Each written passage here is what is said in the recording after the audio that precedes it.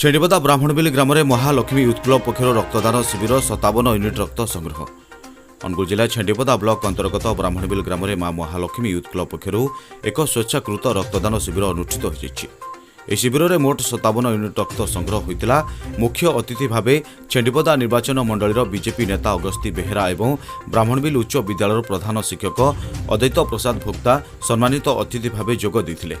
छेड़ीपदा 15 number zone जिला परिषद सभ्य जसवंत प्रसाद बेहेरा, सरपंच लक्ष्मीप्रिया धल, समिति सभ्य मिनती साहू, ग्रामर वज्येष्ठ इंद्रमणि साहू प्रमुख उपस्थित रही रक्तदाता उत्साहित करने सह शिविर को परिचालना करथिले।